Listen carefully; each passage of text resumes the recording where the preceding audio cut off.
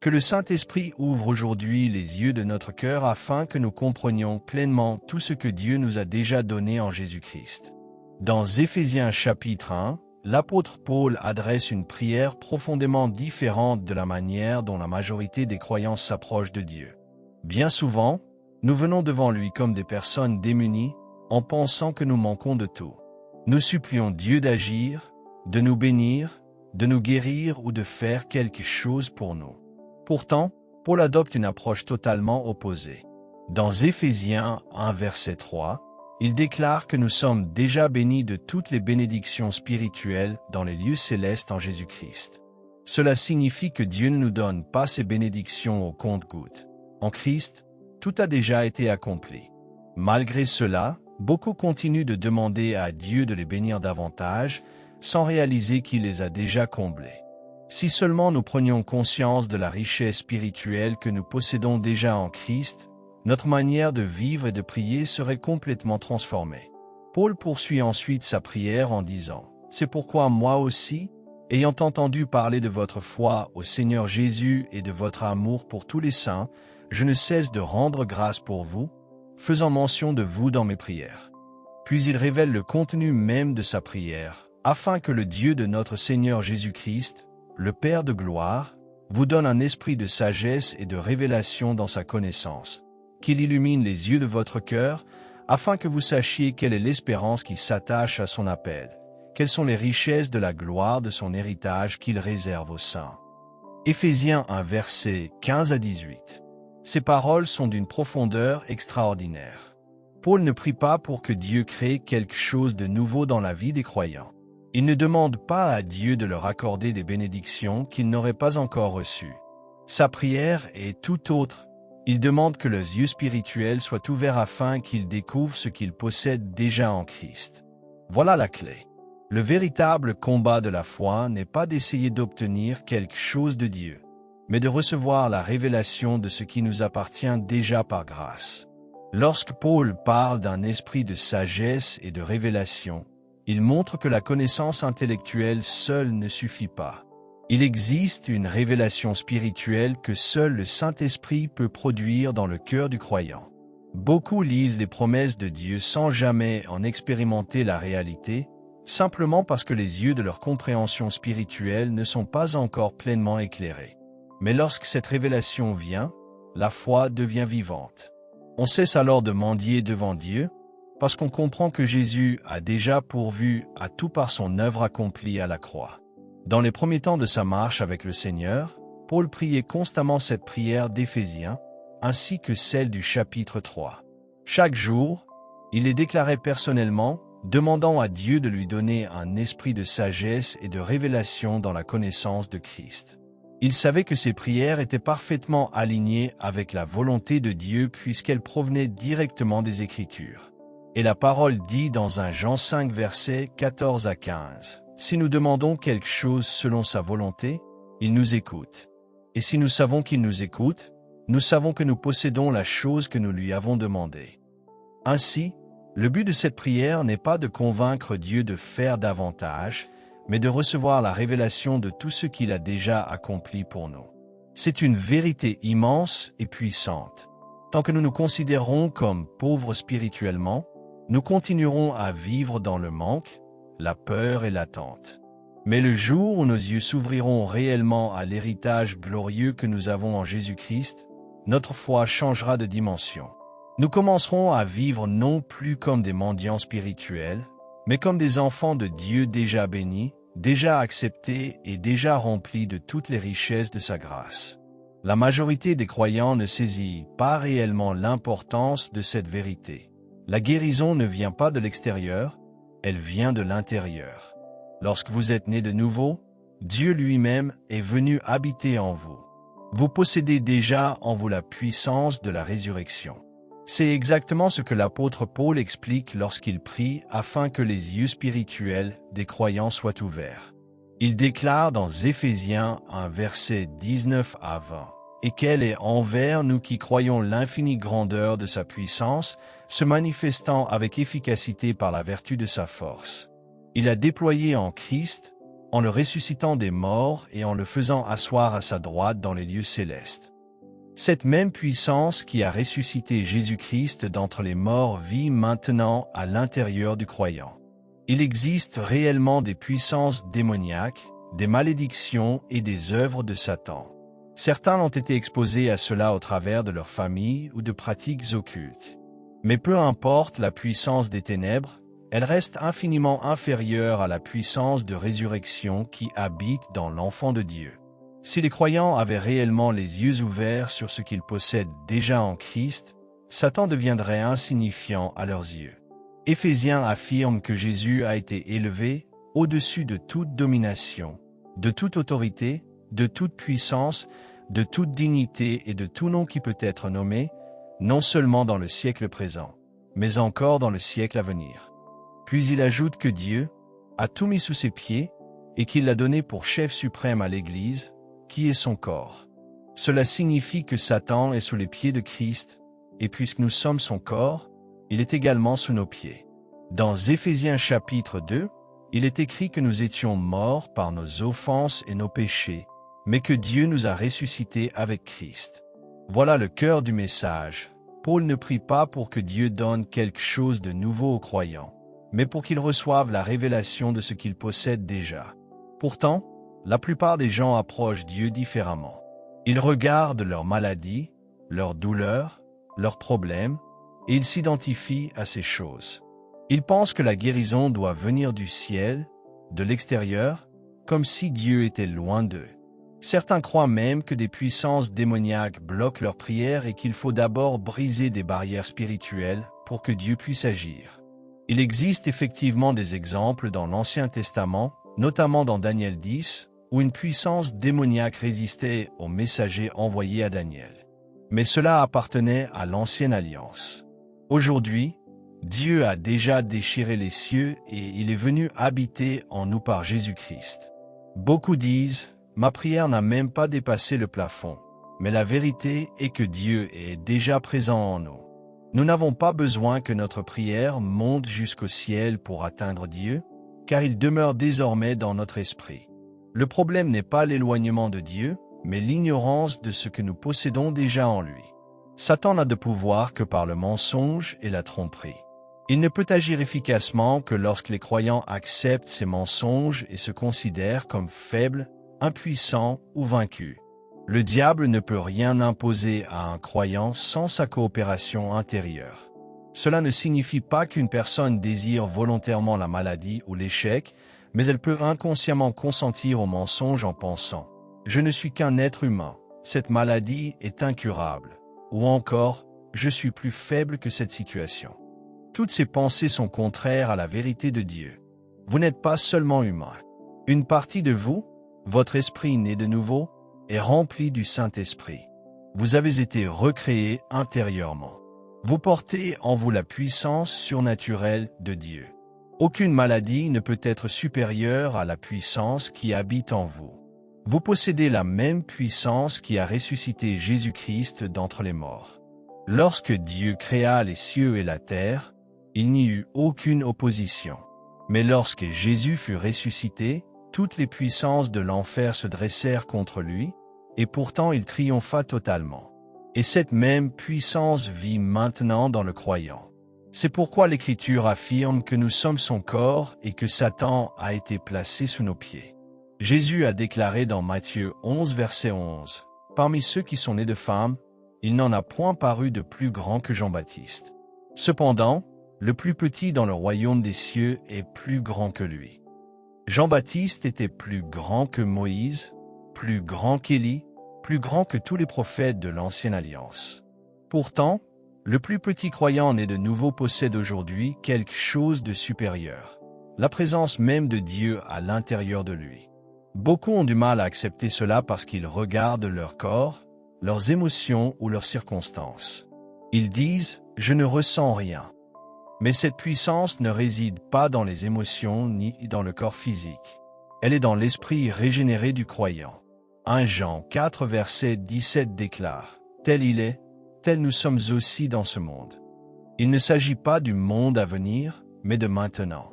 En esprit, le croyant est uni à Christ. Lorsque cette révélation devient réelle dans le cœur, la manière de prier change complètement. On cesse de supplier Dieu en disant « Seigneur, guéris-moi », parce que la parole déclare déjà dans 1 Pierre 2 verset 24 « Lui qui a porté lui-même nos péchés en son corps sur le bois, afin que mort au péché nous vivions pour la justice. Lui par les meurtrissures duquel vous avez été guéris. » La guérison a déjà été accomplie en Christ. Lorsque vous êtes né de nouveau, cette puissance de résurrection est venue habiter en vous. Elle n'est pas dans un ciel lointain qu'il faudrait convaincre d'agir. Elle est déjà présente dans votre esprit.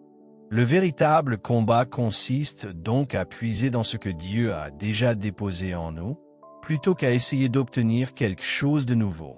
Pourtant, beaucoup de croyants continuent de s'identifier à leur maladie au lieu de s'identifier à ce qu'ils sont en Christ. Les guérisons rapportées dans les évangiles sont extraordinaires et révèlent la puissance surnaturelle de Dieu. Mais il faut comprendre que les personnes qui venaient vers Jésus avant la croix vivaient encore sous l'ancienne alliance.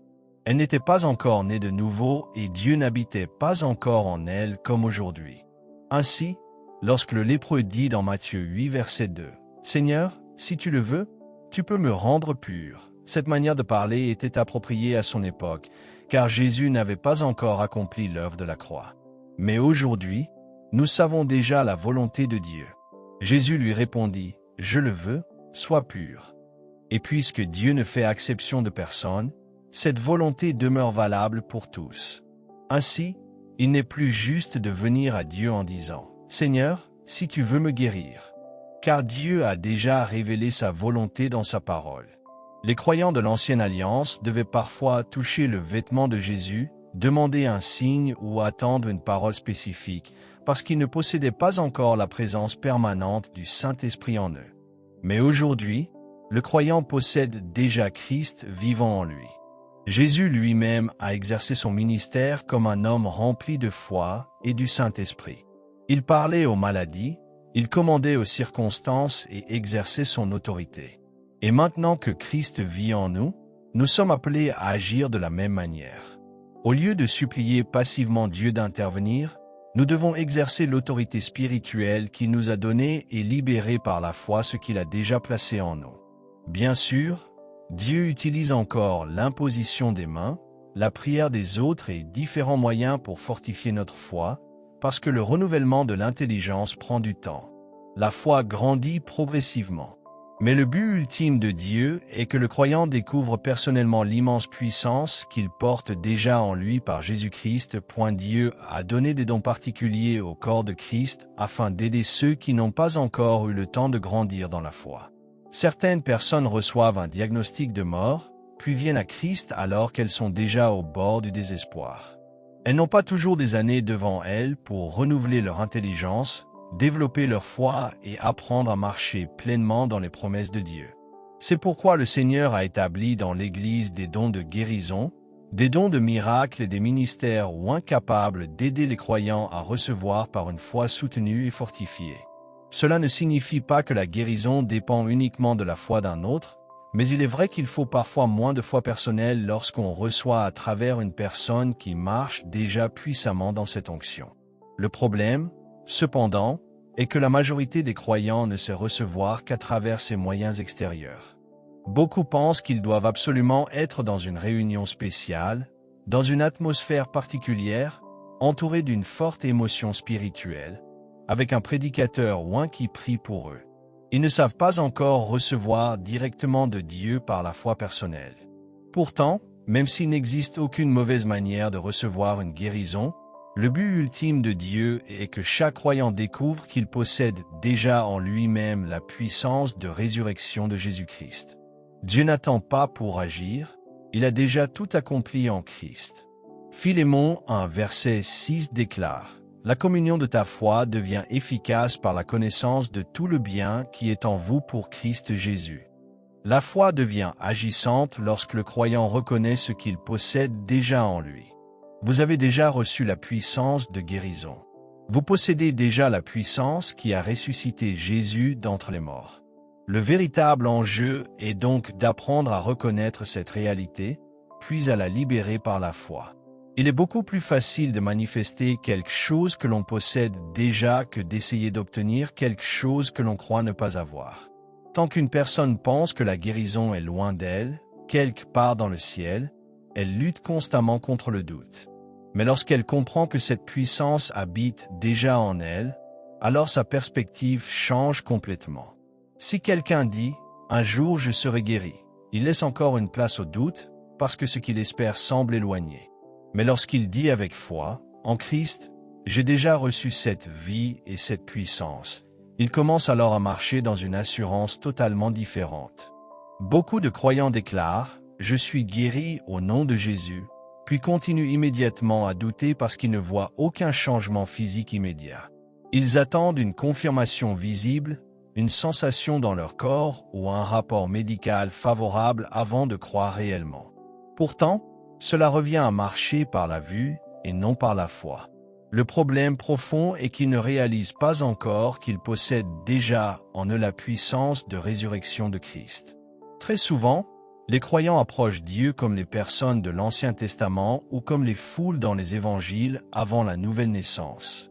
Ils disent « Seigneur, si tu veux, guéris-moi » ou encore « Seigneur, touche-moi » ou « donne-moi une parole ». Mais ceux qui vivaient avant la croix n'avaient pas encore le Saint-Esprit demeurant en eux. Aujourd'hui, le croyant né de nouveau possède déjà en lui la présence vivante de Dieu. Dans Matthieu 10, verset 1, Jésus appela ses disciples et leur donna autorité sur les esprits impurs, afin de les chasser et de guérir toute maladie et toute infirmité. Puis au verset 7 et 8, il leur dit, « Prêchez et dites, le royaume des cieux est proche. Guérissez les malades, ressuscitez les morts, purifiez les lépreux, chassez les démons. Vous avez reçu gratuitement, donnez gratuitement. » Jésus ne leur dit pas simplement de demander à Dieu de guérir les malades, il leur donna l'autorité d'exercer cette puissance. Pourtant, beaucoup de prières aujourd'hui ressemblent davantage à des supplications remplies de peur. « Seigneur, nous ne sommes rien, nous ne pouvons rien, mais toi tu peux tout. Étends ta main et touche cette personne. » Sans s'en rendre compte, beaucoup prient ainsi comme si Dieu était loin et comme s'ils étaient totalement démunis. Or le Nouveau Testament enseigne que le même Esprit qui a ressuscité Jésus-Christ d'entre les morts habite maintenant dans le croyant. Romains 8, verset 11 affirme « Et si l'Esprit de celui qui a ressuscité Jésus d'entre les morts habite en vous, celui qui a ressuscité Christ rendra aussi la vie à vos corps mortels par son Esprit qui habite en vous. » Dieu nous a donné autorité sur la maladie et sur les puissances des ténèbres. Et pour commencer à marcher dans cette réalité, il faut cesser d'attendre que la puissance vienne de l'extérieur. Elle vient de l'intérieur. Elle est déjà présente dans l'esprit du croyant. La première étape consiste donc à reconnaître ce que nous possédons déjà en Christ. Proverbe 18, verset 21 déclare « La mort et la vie sont au pouvoir de la langue. » Et Jacques 2, verset 20 affirme que « La foi sans les œuvres est morte. » Il ne suffit pas seulement de croire intérieurement, il faut aussi apprendre à libérer cette foi par nos paroles, nos actions et notre manière de penser. Mais rien de cela ne fonctionnera tant qu'une personne ne sera pas convaincue qu'elle possède déjà cette puissance. Lorsque cette révélation devient réelle, elle transforme complètement la manière de vivre. Celui qui comprend qu'il porte en lui la vie de Christ cesse d'être intimidé par la maladie. Il ne considère plus le cancer, le sida ou toute autre maladie comme quelque chose de supérieur à la puissance de Dieu. La parole déclare que Dieu pardonne toutes tes iniquités et guérit toutes tes maladies. Aucune maladie n'est exclue de la victoire de Christ. Beaucoup de personnes donnent plus d'importance à leur maladie qu'à l'œuvre accomplie par Jésus. Elles étudient leur maladie, recherchent des informations inquiétantes et se concentrent constamment sur leurs symptômes. Mais la foi grandit lorsque l'on contemple la grandeur de Dieu, non lorsque l'on médite continuellement sur la puissance du problème. Plus une personne fixe son regard sur Jésus et sur ce qu'il a accompli, plus la maladie perd son influence dans son esprit. Paul priait dans Éphésiens 1 afin que les croyants reçoivent la révélation de l'infinie grandeur de sa puissance envers nous qui croyons. Si cette vérité devient réellement vivante dans le cœur d'un croyant, alors toutes les attaques de Satan perdent leur pouvoir d'intimidation. Dans Marc 11, Jésus donna un exemple frappant de cette autorité spirituelle. Voyant un figuier couvert de feuilles mais sans fruits, il le maudit parce qu'il affichait une apparence trompeuse. Le lendemain, les disciples virent l'arbre complètement desséché depuis les racines. Jésus leur enseignait ainsi la puissance des paroles prononcées avec foi. Il montrait que l'autorité spirituelle libérée par la foi agit d'abord dans l'invisible avant de produire une manifestation visible. De la même manière, le croyant doit apprendre à parler avec foi selon la parole de Dieu, non selon les apparences naturelles. La puissance de résurrection est déjà en lui. Et lorsqu'il commence à croire réellement cette vérité, à la reconnaître et à la libérer par la foi, alors la vie de Dieu peut se manifester jusque dans son corps, ses pensées et ses circonstances. Jésus donna un exemple puissant de l'autorité spirituelle lorsqu'il maudit le figuier. Il dit simplement « Que jamais personne ne mange de ton fruit ». Il ne prit ni hache, ni outil, il ne fit rien de visible dans le monde naturel. Il parla seulement. Dans l'Évangile selon Matthieu, il est écrit que le figuier sécha immédiatement. Pourtant, dans Marc 11, les disciples ne constatèrent le résultat visible que le lendemain, lorsqu'ils virent l'arbre desséché depuis les racines. Cela ne signifie pas qu'il y ait contradiction. Le miracle s'est produit instantanément au moment où Jésus a parlé, mais l'effet visible a mis du temps à apparaître parce que l'œuvre commença d'abord sous la surface, dans l'invisible. Il en est de même pour la guérison. Lorsqu'un croyant parle avec foi à la maladie et ordonne au cancer, à la douleur ou à l'infirmité de quitter son corps au nom de Jésus, quelque chose se produit immédiatement dans le domaine spirituel. Cependant, le corps peut avoir besoin d'un certain temps pour manifester pleinement cette victoire. Même dans le domaine médical, lorsqu'un médecin donne un traitement, personne ne s'attend à ce que tout disparaisse instantanément après avoir avalé un comprimé. Le médicament agit progressivement dans le corps. Pourtant, beaucoup de croyants viennent recevoir la prière, puis parce qu'ils ressentent encore une douleur ou voient encore des symptômes quelques instants après, ils concluent aussitôt que rien ne s'est passé. Ils oublient que la puissance de Dieu agit parfois d'abord à la racine avant d'apparaître extérieurement. Lorsque les disciples virent le figuier desséché, Pierre s'écria avec étonnement, « Maître, regarde, le figuier que tu as maudit a séché. » Il était bouleversé par ce qu'il voyait. Mais Jésus lui répondit simplement, « Ayez foi en Dieu. » Puis il révéla un principe fondamental de la foi pour les croyants du Nouveau Testament. Durant le ministère terrestre de Jésus, les gens venaient à lui pour demander la guérison parce qu'ils n'étaient pas encore nés de nouveau et ne possédaient pas encore la puissance de résurrection à l'intérieur d'eux. Mais après la croix et la nouvelle naissance, Jésus enseigne une autre manière de vivre et d'exercer la foi. Dans Marc 11, verset 23, Jésus dit, « Je vous le dis en vérité, si quelqu'un dit à cette montagne, « ôte-toi de là et jette-toi dans la mer », et s'il ne doute point dans son cœur, mais croit que ce qu'il dit arrive, il le verra s'accomplir. » La montagne représente ici le problème, l'obstacle ou la maladie. Jésus ne dit pas de parler à Dieu au sujet de la montagne. Il dit de parler directement à la montagne. La majorité des croyants passent son temps à parler à Dieu de sa maladie. « Seigneur, regarde ce que dit le médecin. Regarde ma douleur. Regarde mes symptômes. » Pourtant, Dieu a déjà accompli l'œuvre en Jésus-Christ.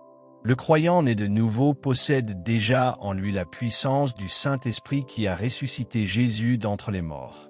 Ainsi, au lieu de supplier Dieu de faire quelque chose, Jésus enseigne aux croyants à exercer l'autorité qui lui a été donnée. Il faut parler à la maladie elle-même. « Cancer, au nom de Jésus, je t'ordonne de mourir. Douleur, quitte mon corps.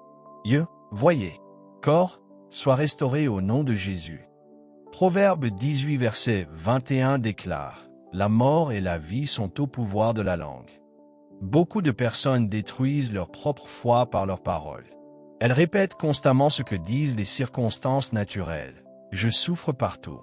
Je vais mourir. Mon état empire. » Elles pensent simplement dire la vérité, mais en réalité elles renforcent continuellement dans leur esprit l'image de la défaite. Il ne s'agit pas de nier l'existence du problème ou de prétendre qu'il n'existe pas. La foi biblique ne consiste pas à mentir sur les circonstances.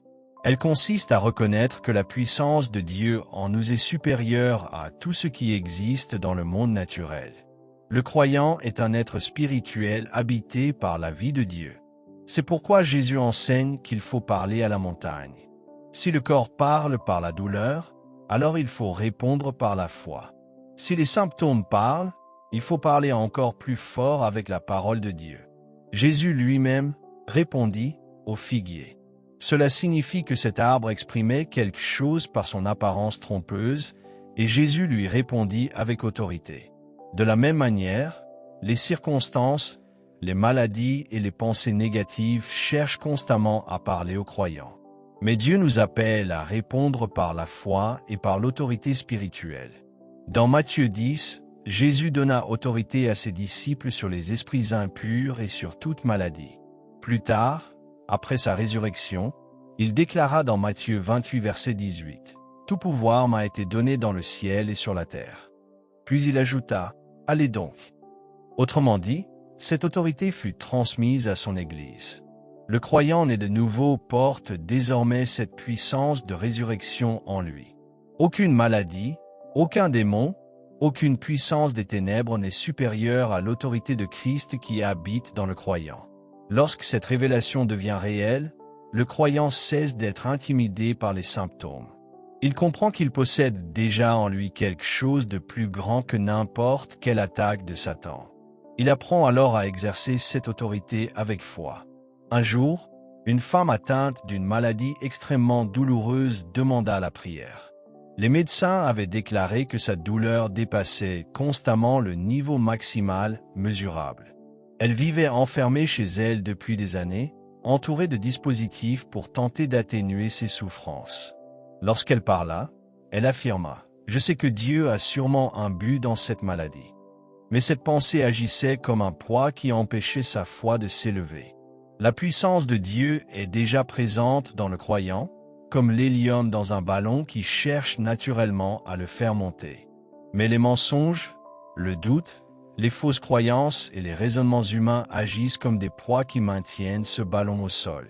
Beaucoup de personnes empêchent inconsciemment la puissance de Dieu de se manifester pleinement parce qu'elles acceptent intérieurement des idées contraires à la vérité de la parole. C'est pourquoi il est essentiel de renouveler son intelligence et de recevoir une révélation profonde de ce que Jésus a déjà accompli. Lorsque le croyant comprend réellement qu'il possède déjà la puissance de résurrection à l'intérieur de lui, alors il commence à parler différemment, à penser différemment et à exercer l'autorité que Christ lui a donnée. Cette femme était écrasée par des doctrines d'incrédulité qui l'empêchaient de recevoir sa guérison. Elle croyait sincèrement que Dieu était celui qui l'avait rendue malade et que sa souffrance glorifiait le Seigneur. Pendant de longues minutes, il fallut combattre ces pensées contraires à la parole de Dieu et lui montrer, à travers les Écritures, que la volonté de Dieu était qu'elle soit guérie. Peu à peu, son cœur commença à s'ouvrir, jusqu'au moment où elle déclara finalement « Je crois maintenant. Je suis prête à recevoir. » Alors, il ne pria pas simplement en demandant à Dieu d'agir. Il parla directement à la douleur. Il dit avec autorité « Douleur, au nom de Jésus, je t'ordonne de quitter ce corps. » Puis il parla encore à son corps au nom de Jésus. Après cela, il lui demanda si elle ressentait toujours la douleur. Elle commença à bouger, se leva, retira la couverture remplie d'aimants qu'elle portait depuis des années pour supporter ses souffrances, puis déclara avec étonnement qu'elle n'avait plus aucune douleur. C'était la première fois depuis plusieurs années qu'elle vivait sans cette souffrance constante. Cependant, elle ajouta qu'elle ressentait encore une sensation de brûlure au niveau du dos. Alors il lui répondit « Tu ne m'avais parlé que de la douleur. Je n'ai pas parlé à cette brûlure. » Il s'adressa donc directement à cette sensation en disant « Brûlure, au nom de Jésus, je t'ordonne de quitter ce corps. » Et immédiatement, la brûlure disparut elle aussi. Après avoir rendu grâce à Dieu, Il lui expliqua ensuite Marc 11 verset 23 et lui dit que si une douleur revenait un jour, cela ne signifierait pas qu'elle avait perdu sa guérison. Le diable reviendrait simplement essayer de frapper à la porte par les symptômes ou les sensations physiques, mais elle ne devait pas croire à ce mensonge. Elle devait simplement exercer la même autorité et parler à nouveau au problème avec foi. Quelques instants plus tard, alors qu'elle s'apprêtait à partir, elle posa la main sur la poignée de la porte, puis se retourna soudainement en disant « La brûlure est revenue ». Alors il lui dit « Je t'ai enseigné quoi faire, maintenant c'est à toi de prier ». Elle commença alors à prier ainsi « Père, je te remercie parce que c'est ta volonté de me guérir. Merci parce que par les meurtrissures de Jésus, j'ai été guéri. Si j'ai été guéri, alors je suis guéri. Je réclame ma guérison au nom de Jésus. » Toutes ces paroles étaient bibliques et bonnes, surtout pour une personne qui quelques minutes auparavant croyait encore que Dieu voulait sa maladie. Mais malgré cela, ce n'était pas encore ce que Jésus avait enseigné dans Marc 11.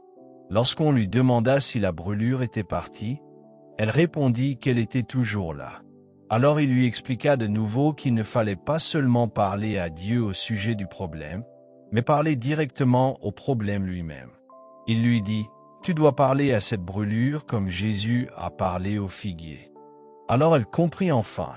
Avec foi et détermination, elle déclara « Brûlure, au nom de Jésus, je t'ordonne de quitter mon corps. » Et avant même de terminer sa phrase, elle s'arrêta brusquement et s'écria « C'est parti !» Des années plus tard, elle marchait toujours dans cette guérison. Le problème n'est pas seulement dans les mots que l'on prononce, mais dans l'attitude intérieure avec laquelle on s'approche de Dieu. Beaucoup disent « Seigneur, nous savons que tu peux guérir, alors fais-le pour moi. » Mais une telle attitude révèle souvent une incrédulité cachée. Beaucoup connaissent les versets qui disent « Par ces meurtrissures vous avez été guéris ». Mais tant qu'ils ne voient pas de preuves physiques ou de confirmation médicale, ils refusent de croire réellement que cette guérison leur appartient déjà. Ils continuent donc à marcher selon la vue plutôt que selon la foi. Le croyant doit reconnaître qu'il possède déjà en lui la puissance de résurrection. Cela ne signifie pas nier les symptômes physiques ni prétendre qu'ils n'existent pas. Mais cela signifie croire que la puissance de Dieu en nous est plus grande que ce que notre corps ressent actuellement. La guérison doit être libérée par la foi, par les paroles et par une attitude de résistance spirituelle. Jacques 4 verset 7 déclare « Soumettez-vous donc à Dieu, résistez au diable, et il fuira loin de vous. » Se soumettre à Dieu signifie se soumettre à la vérité de sa parole. Résister au diable signifie combattre activement ce qu'il tente d'imposer. Le diable ne fuit pas devant Dieu, car Jésus l'a déjà vaincu totalement à la croix. Satan est un ennemi déjà vaincu. Mais lorsqu'un croyant se soumet à la parole de Dieu et résiste fermement au mensonge, au doute et à la maladie, alors le diable est obligé de fuir. Cette puissance surnaturelle de résurrection vit déjà dans chaque croyant né de nouveau. Les personnes qui venaient à Jésus dans les évangiles avant la croix n'avaient pas encore ce privilège. Elles demandaient « Seigneur, si tu le veux, guéris-moi » ou encore « Dis seulement une parole ». Mais aujourd'hui, Dieu a déjà parlé. Sa volonté est déjà révélée dans sa parole. Jésus a déjà accompli l'œuvre parfaite et il est assis à la droite du Père. Il n'a pas besoin de revenir accomplir encore ce qu'il a déjà terminé à la croix. Lorsque vous êtes né de nouveau, vous avez reçu cette même puissance qui a ressuscité Jésus-Christ d'entre les morts. Si cette puissance ne se manifeste pas pleinement dans votre vie, ce n'est pas parce que Dieu refuse d'agir, mais parce que l'intelligence doit être renouvelée afin que la foi devienne efficace. Philémon 1h6 dit que la communication de ta foi devient efficace par la connaissance de tout le bien qui est en vous en Jésus-Christ. Dieu aime profondément ses enfants et utilise de nombreux moyens pour leur apporter la guérison. Il peut agir à travers des médecins, des traitements, des prières ou des dons spirituels. Il ne s'agit pas de condamner les médecins ni ceux qui ont besoin d'aide. Mais le croyant doit apprendre progressivement à fixer son regard sur cette vérité. La même puissance qui a ressuscité Jésus vit maintenant en lui. Après des décennies à renouveler son intelligence dans cette vérité, il devient possible de vivre dans une autorité spirituelle beaucoup plus grande sur la maladie. Cela ne signifie pas que tout le monde se trouve immédiatement à ce niveau de foi. Pas plus qu'une personne ne peut courir un marathon sans entraînement. Le corps humain possède naturellement la capacité de courir de longues distances, mais cela demande de l'entraînement, de la discipline et du temps.